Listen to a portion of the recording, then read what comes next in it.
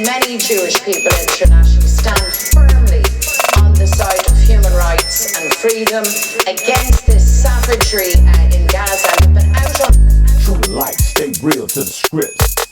Taking heed to what flow from the prophet's lips. Trip mode, get it how you gotta get it. I stay in get mode, no lip mode. Ripping if you slip cold, trip mode if you get bold. Hard line, hard code.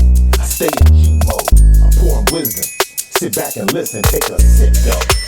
Here, look, for more than 100 days, the people of Gaza have endured a humanitarian horror of unimaginable scale. A genocide broadcast to the world in real time, inflicted upon an impoverished refugee population by the apartheid Israeli regime.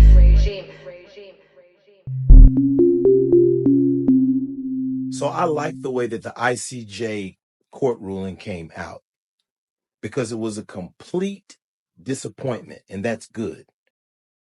Now, it wasn't a disappointment for me because I know better than to believe that democracy can provide justice and liberty, because the evidence-based reality does not support that supposition. Because what it confirms to us is that democracy will not provide freedom for the oppressed. One of the highest courts, still, in light of all of the evidence, did not deliver justice. And what we're dealing with is a problem of white supremacy in the world.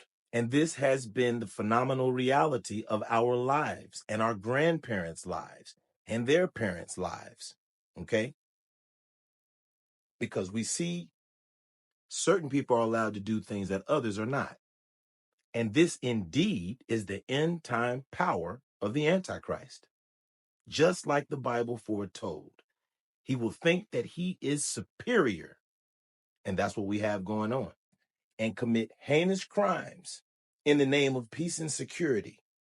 So this situation actually shows us the reality. Okay? You're not going to go and protest. You're not going to put in an application to a court. You're not going to be able to depend on government forces. And any of these authorities who have established themselves in this day and time, you will not be able to depend on them for justice. Okay? So what does this mean? This means that justice must be attained another way. But we understand that the democratic process is not that way. Democracy will not save us. Democracy allowed 25,000 people to die and nobody go to jail. And nothing was done or said except for, be a little bit more careful when you kill them this time. That's the reality. So we should all learn a powerful lesson. When the president gets up there and talks about all that freedom of this and that, it's all bullshit. Okay? Because you allowed 25,000 civilians to die. We don't care what color those people were, whether they were white people or if they were black people or if they were Hispanic people or whoever they were. We don't care what color they were. The reality is that in a democratic world, 25,000 people can be killed and nothing's going to be done. So now all we have to do is sit back, wait, and watch prophecy be fulfilled. Because now we're going to see the hand of Yahweh Allah. We've been seeing his hand. Because what we actually understand is that this war has escalated to a place that has not been seen before. Everything that we're dealing with right now is unprecedented. And that's very important to understand. But I can't say it enough. The ICJ court ruling is the proof that these people don't need their jobs and that they do not represent the people, which is what democracy is supposed to be about. It's supposed to be about people power. We don't have any power and we don't have representation. So I'll end it here. We don't have to worry about trying to put our case about genocide out there because nothing's going to be done. Even though minorities in America face genocide, namely the African American, aka Hebrews, aka Israelites, aka Native Americans, and other minorities are facing the exact same thing that the people in Gaza are facing. And we don't ever get to be on the news about it. It's good to see at least that the people of Gaza have some type of media attention, because us poor Hebrews, us Israelites, whose land has been taken, okay, we don't get that. We don't get any type of press or media. They haven't mentioned our name, but Jehovah hasn't forgot about us. He's remembered your crimes, and now it's time to pay. Yahweh's word is not mocked. That a man sows, he shall also reap. And King David said in the Tehillim, the Psalms 9 and 17, Yashubu Rashaim Lishiola Kol Goyim Shekhe Allah. And the wicked shall be turned into hell, and all nations that forget Yahweh Allah.